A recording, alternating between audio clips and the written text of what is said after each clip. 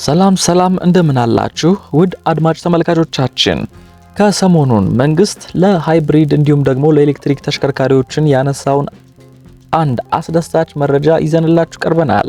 ከዚህም በተጨማሪ ለገበያ ውስጥ እንግዲህ የትኛውን ብንገዛ ያዋጣናል የሚለውን የኤሌክትሪክ ወይስ ደግሞ የሃይብሪድ ለሚለው ጥያቄያችሁ እስከ ቪዲዮ መጨረሻ ይህንን ቪዲዮ ላይክ በማድረግ ጀምሩት እያልን ያላችሁን ሐሳብ አስተያየት ደግሞ ኮሜንት ላይ ጻፉልን። በቀጣይ እንዲሰራላችሁ የምትፈልጉትን ማንኛውንም ጥያቄ ካላችሁ ኮሜንት ላይ ጻፉልን እያልን ይህንን ቪዲዮም ሰብስክራይብ በማድረግ ቤተሰብ ይሁኑ እያልን ወደ መረጃው እናልፋለን። ላይክ አርጉ። እንደሚታወቀው የሃይብሪድ ተሽከርካሪዎች እንዲሁም ደግሞ የኤሌክትሪክ ተሽከርካሪዎች መግባት ከጀመሩ ትንሽ ሰንበትበት ብለዋል። በተለይ ደግሞ የሃይብሪድ ተሽከርካሪዎች መኪኖቹ በኤምባሲ እንዲሁም ደግሞ በሌሎች አማራጮች ወደ ሀገራችን መግባት ከጀመሩ እጅግ ቆየት ያሉ ተሽከርካሪዎች ናቸው። እነዚህም ተሽከርካሪዎች በሀገራችን ላይ የቅንጦት ብቻ ሆነው ታይተው ነበረ። አሁን ላይ ግን ዋጋቸውም ቀነስ ያሉ የተለያዩ አገልግሎት ላይም የተለያዩ የሃይብሪድ እንዲሁም ደግሞ የኤሌክትሪክ ተሽከርካሪዎች እየገቡ ይገኛሉ። በሀገራችን ላይ በተለይ በብዛት የምናያቸው እንዲሁም የኤሌክትሪክና የሃይብሪድ ተሽከርካሪዎች ብዙዎቹ የሚመጡት ከቻይና ሲሆን እንደምታውቁትም በኤሌክትሪክ መኪና ቴክኖሎጂ ከዓለም ቀደምት እየሆነ የሚገኘው የቻይና መኪና አምራች ድርጅቶች ናቸው። ከዓመታት በፊት እንደሚታወቀው የቻይና መኪና አምራች ድርጅቶች አብዛኞቹ የመኪና ባትሪዎችን ለተለያዩ የመኪና አምራች ድርጅቶች ሲያመርቱ ወይም ደግሞ ሲያቀርቡ የነበረ ቢሆንም ታዋቂ ከሆኑ የመኪና አምራች ድርጅቶች ጋር አንድ ላይ በመሆን የተለያዩ መኪኖችን እያመረቱ ለገበያ ሲያቀርቡ ቆይተዋል። ላይክ አርጉ። በቻይና ገበያ ተብለው የሚመረቱት ላይ አብዛኞቹ የቢዋይዲ ባትሪ ገጥመው እናገኛለን። ከዚህም በተጨማሪ በሀገራችን ላይ በመስፍን ኢንዱስትሪያል ኢንጂነሪንግ ላይ ሲገጣጠሙት የነበሩት የጂሊ መኪኖች በአሁን ሰዓት ላይ ሌሎች የቮልቮ እንዲሁም ደግሞ ፖሊስተን የሚባሉ ተሽከርካሪዎች እሱን ባትሪ ነው የሚጠቀሙት። ይህም የሚያሳየው የመኪናው ባትሪ አስተማማኝነት ምን ላይ እየደረሰ እንደሆነ የሚያሳይ ነው። በሀገራችን ላይ የምንጠቀማቸው ተሽከርካሪዎች በተለይም በከተማ ውስጥ ለራይድ አገልግሎት እንዲሁም ደግሞ ለአጫጭር ርቀት የምንጓዝባቸው ከሆኑ የኤሌክትሪክ ተሽከርካሪዎች እጅግ በጣም ተፈላጊ ናቸው። ይህም የሆነበት ደግሞ የተለያዩ ምክንያቶች አሉት። የመጀመሪያውና በዋነኝነት የኤሌክትሪክ ተሽከርካሪን ቻርጅ ለማድረግ የሚያስወጣን ወጪ ከነዳጅ አንጻር እጅግ በጣም ቅናሽና አሪፍ ስለሆነ ነው። ከዚህም በተጨማሪ የኤሌክትሪክ ባትሪያቸው ራሳችን በመናመነጨው የኤሌክትሪክ ኃይል ቻርጅ የምናደርግበት አማራጮችም በተለያዩ ሀገራት ላይ እየተስተዋሉ ይገኛሉ። ከዚህም መካከል እንግዲህ በሶላር አማካኝነት ኃይል ሰብስበን መኪናችንን ቻርጅ ማድረግ የምንችልበት የተለያዩ ቴክኖሎጂዎች ዓለማችን ላይ የተሰሩባቸው የሚገኝ ሲሆን ለዚህም ለመኪናችን ቻርጅ ለማድረግ የምናወጣው ዋጋ አነስተኛ ገንዘብ ማለት ከነዳጁ አንጻር ማለት ነው። እሱን እንኳን ልናስቀረው ሁላ የምንችልበት አማራጮች እየመጡ ይገኛሉ ማለት ነው። በተጨማሪ መንግስት በየጊዜው እያወጣቸው ያለው ህጎች ደግሞ ለኤሌክትሪክ ተሽከርካሪዎች እንዲሁም ደግሞ ለሃይብሪድ ተሽከርካሪዎች እጅግ አሪፍ ተስፋ የሚሰጥ ሆኖ ተገኝቷል። ከመብራቱ ዋጋ በተጨማሪ ደግሞ እነዚህ ተሽከርካሪዎችን ቻርጅ አድርገን በምንጓዝበት ጊዜ ራሳቸውን የቻለ የቪዥን ብሬክ የሚባል ነገር አለ። የቪዥን ብሬኪንግ ማለት መኪናውን እያሽከረከርን ፍሬም በምንይዝበት ጊዜ መኪናው ራሱን በራሱ ቻርጅ ማድረግ የሚችልበት ለየት ያለ ቴክኖሎጂ ሲሆን ይህም ለከተማ ውስጥ እጅግ በጣም ጥሩ የሚባል ነው። ይህም በሚሆንበት ጊዜ የፈለግነውን ያክል ኪሎ ሜትር ተጉዘን ክራውድድ ያለበትና ቁልቁለት መንገዶች ላይ የምንጓዝ ከሆነ በዚህ አማካኝነት ራሱን የቻለ ቻርጅ እንዲያደርግልን ማድረግ እንችላለን። ከዚህ በተጨማሪ ደግሞ የኤሌክትሪክ ተሽከርካሪዎች ያላቸው ጥንካሬ አስተማማኝ የሚባል ነው። ተያያዥ ወጪዎችን በምናይበት ጊዜ መኪኖቹን ተያያዥ ወጪዎችን የማናጣባቸው አጠቃላይ መኪኖቹን ገዝተናቸው እንደ ልባችን ማሽከርከር የምንችልባቸው ተሽከርካሪዎች ከመሆናቸው በተጨማሪ መኪኖቹ ላይ ተጨማሪ ወጪ ሳናወጣባቸው ረጅም ኪሎ ሜትር መጓዝ ያስችለናል። እነዚህ ተሽከርካሪዎች ትንሽ ሊያስወጫን የሚችለው ነገር የዘይታቸው ነው። ከኤሌክትሪክ ተሽከርካሪዎች እንግዲህ ዘይታቸውን የምንቀይርበት ጊዜ ከነዳጅ መኪኖች አንጻር በጣም የተለያየ ሲሆን እነዚህ መኪኖች የሚቀየርላቸው ዘይት የትራንስሚሽን ዘይት ነው። መንግስትም መኪኖች ስፔር ፓርት እና ደግሞ ከዘይትና ከሌሎቹ ጋር በተገናኘ አንድ ያወጣው ጥሩ መረጃ አለ። እሱም ደግሞ ወደ በኋላ ላይ በስፋት እናየዋለን።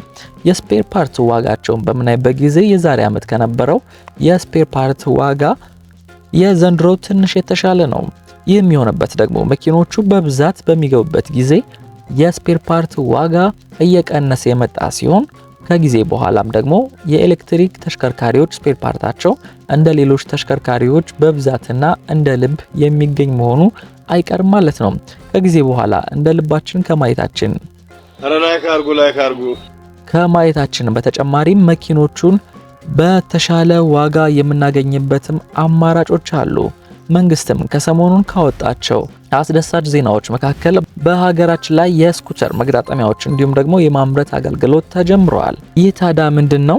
የመኪና አይደል እንደ እያወራን ያለ ነው። የስኩተር ምንድነው የምታወራው ካላችሁን ደግሞ እነዚህ ስኩተሮች በአሁን ሰዓት መገጣጠም ከተጀመረ እንደተገለጸው ከሆነ ከቅርብ ጊዜ በኋላ ደግሞ የኤሌክትሪክ መኪና የተለያዩ ፓርቶችንም መኪናውንም ራሱ እናመርታለን ወይም ደግሞ ልናመርት የምንችልበት አቅም ይኖራል ሲሉ ተናግረዋል። ስለዚህም ኤሌክትሪክ ተሽከርካሪዎች ባትሪያቸው እንዲሁም ደግሞ ስፔራቸውን ከቅርብ ጊዜ በኋላ ዋጋቸው ቀንሶ እንደ ልባችን የምናገኝበት አማራጮች እንደሚኖሩ ይጠበቃል። ሌላው ውስንነታቸውን በምናይበት ጊዜ ደግሞ መኪናውን ቻርጅ አድርገን ከአዲስ አበባ ሐዋሳ ወይም ደግሞ ዝዋይ፣ መቀሌ፣ ሌሎች ቦታዎች እንደ ልባችን ለማሽከርከር አሁን ያለው ኢንፍራስትራክቸር ለዛ የሚያግዝ አይደለም። ነገር ግን ከቅርብ ጊዜ በኋላ አሁን ኢትዮ ቴሌኮም እንደጀመረው ማለት ነው ሌሎች አካባቢዎች ላይም እንደ ፋስት ቻርጀር አማራጮች እንደሚኖሩ የሚጠበቅ ሲሆን ይህም ፋስት ቻርጀር መጠቀም ያለብን እጅግ በጣም አስፈላጊና አንገብጋቢ ለሆነ ጊዜ ብቻ ነው ማለት ነው። ከዛ ውጭ ቻርጅ የምናደርገው ከሆነ የመኪናችንን ባትሪ እድሜ ሊያሳጥርብን ይችላል። እንደምታውቁት ሀገራችን ላይ የምናገኛቸው የመኪኖች ባትሪ ሊቲየም አዮንና ሊቲየም አየን ፎስፌት ሲሆኑ ከሁለቱ እንግዲህ ሊቲየም አየን የሚባለው ባትሪ ገጥመው የምናገኛቸው አብዛኞቹ የኤሌክትሪክ ተሽከርካሪዎች አብዛኞቹ እንደ ልብ የሚገኙ ሲሆን እነዚህንም ተሽከርካሪ ባትሪ ቻርጅ የምናደርግበት ጊዜ ጥንቃቄ ልናደርግ ይገባል። የመጀመሪያው ነገር በፋስት ቻርጀር ቻርጅ ቶሎ የምናደርጋቸው ከሆነ የባትሪ እድሜው ከምናስበው በታች ሊወርድብን ይችላል።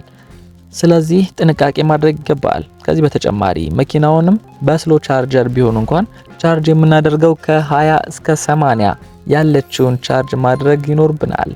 ነገር ግን ከዛ በላይ ቻርጅ የምናደርገው ከሆነ የመኪናችንን ባትሪ እድሜ የሚያጥርብን ከመሆኑ በተጨማሪ መኪናው በአንድ ጊዜ ቻርጅ የሚጓዘውን ርቀት ይገድብብናል። ማለትም አጭር ርቀት ውስጥ ቶሎ ሊያልቅብን ይችላል። በዚህም ይህንን ነገር ታሳቢ ማድረግ ይኖርባችኋል። ከዚህም በተጨማሪ መኪናችን ሊቲየም አየን ፎስፌት የሚባለው ባትሪ የተገጠመለት ከሆነ ደግሞ በተለይ እነዚህ ባትሪዎች የምናገኛቸው ብዙ ጊዜ የቢዋይዲ ምርቶች ላይ ነው። እነዚህ ተሽከርካሪዎችን ቻርጅ በምናደርግበት ጊዜ ከ20 እንዲሁም ደግሞ ከ80% በላይ ቻርጅ ማድረግ የምንችል ሲሆን ነገር ግን መኪናውን ቻርጅ በምናደርግበት ጊዜ ታሳቢ ማድረግ የሚኖርብን ነገር ፋስት ቻርጀር ያን ያህል ባንጠቀም ይመከራል። ሌላኛው ደግሞ የመኪና አይነት በገበያ ላይ የምናገኘው ተሽከርካሪ ሃይብሪድ ነው። ሃይብሪድ ተሽከርካሪዎች እንግዲህ ቻርጅ በምናደርግበት ጊዜ ራሱን በራሱ ቻርጅ የሚያደርግ አለ። ከዚህም በተጨማሪ ደግሞ ፕላጊን ሃይብሪድ የሆኑ ተሽከርካሪዎች አሉ። እነዚህ ሃይብሪድ ተሽከርካሪዎች እንግዲህ ቻርጅ ለማድረግ የምንጠቀምባቸው ብዙ ጊዜ ሌቭል 2 ቻርጅ ብናደርጋቸው የሚመከር ሲሆን ከዚህም በተጨማሪ ደግሞ ኳሊቲ ያለው መኪናችን እንዳይጎዳ የባትሪውንም እድሜ እንዲረዝም የሚያደርግ ባትሪ እንጠቀማለን።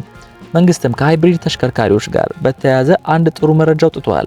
ይህም ደግሞ ከቅርብ ጊዜ በኋላ ሃይብሪድ ተሽከርካሪዎች ላይ ሊደረግ የሚችል የታክስ ቅነሳ ሊኖር እንደሚችል ተገልጿል። ይህም ከተደረገ እንግዲህ በገበያ ውስጥ እንደ ልባችን የተለያዩ የሃይብሪድ መኪኖችን አማራጮችን ማግኘት እንድንችል ያደርገናል። አሁን በገበያ ውስጥ የምናገኛቸው ዋጋቸው ቀነስ ብሎ የምናገኘው የሃይብሪድ ተሽከርካሪ BYD ቺን የሚባለው ነው። ለአብዛኛው ህብረተሰብ ዋጋቸው ተደራሽ ሆኖ አይደለም። እነዚህ ተሽከርካሪዎች እንግዲህ በገበያ ውስጥ ከዚህ በፊት እንግዲህ ሪቪው ላይ እንዳያችሁት እንግዲህ ከ4,600,000 ብር ጀምሮ ለገበያ የቀረቡ ተሽከርካሪዎች ሲሆኑ በአሁን ሰዓት ላይ አስተማማኝ ከሚባሉ የሃይብሪድ ተሽከርካሪዎች መካከል አንዱ ናቸው።